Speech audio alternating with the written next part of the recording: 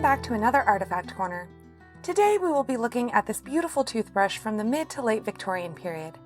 The handle is silver plated and the brush head is made from bone, and the bristles are very likely boar bristles. The head of the toothbrush can be unscrewed, likely to make it easier to replace the head when the bristles had been worn down. The silver base of the brush has a little door on the end of it, and the head of the toothbrush can fit inside, which has led to speculation that this might have been a travel piece. Let's learn a bit more about the history of toothbrushes. The earliest form of toothbrush was actually a stick. These chew sticks, as they were described, were used as far back as 3500 BCE by the Ancient Egyptians and Mesopotamians. Chew sticks have been found in tombs in Egypt. Moving forward in time to the 7th century, a Chinese monk named Yijing wrote all about the morning routine of monks.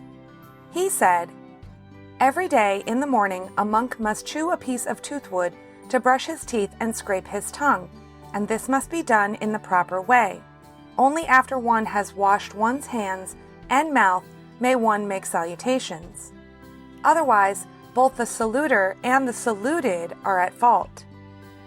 In Sanskrit, the toothwood is known as dantakastha, danta meaning tooth and kastha a piece of wood. It is 12 fingers width in length. The shortest is not less than 8 finger widths long, resembling the little finger in size. Chew one end of the wood well for a long while, and then brush the teeth with it.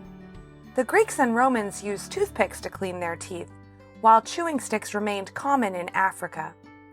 In the Islamic world, the use of chew sticks, called a miswak, is considered a pious action and has been prescribed to be used before every prayer 5 times a day.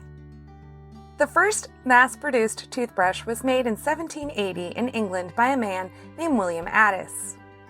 In 1770, he had been jailed for causing a riot.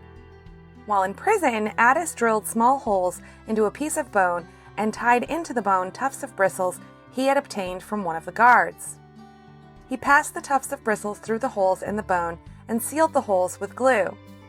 After his release, he became wealthy after starting a business manufacturing toothbrushes. He died in 1808, bequeathing the business to his eldest son.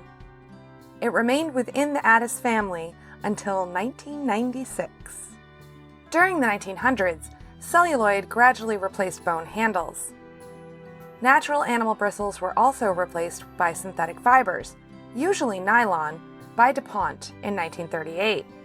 The first nylon bristle toothbrush made with nylon yarn went on sale on February 24, 1938, and the modern toothbrush was born. Our toothbrush is in quite good condition despite its age and likely use. The bone and bristles are still in good shape, and the silver handle is beautiful. We are so lucky to have this lovely and functional piece in our collections. Thanks so much for stopping by.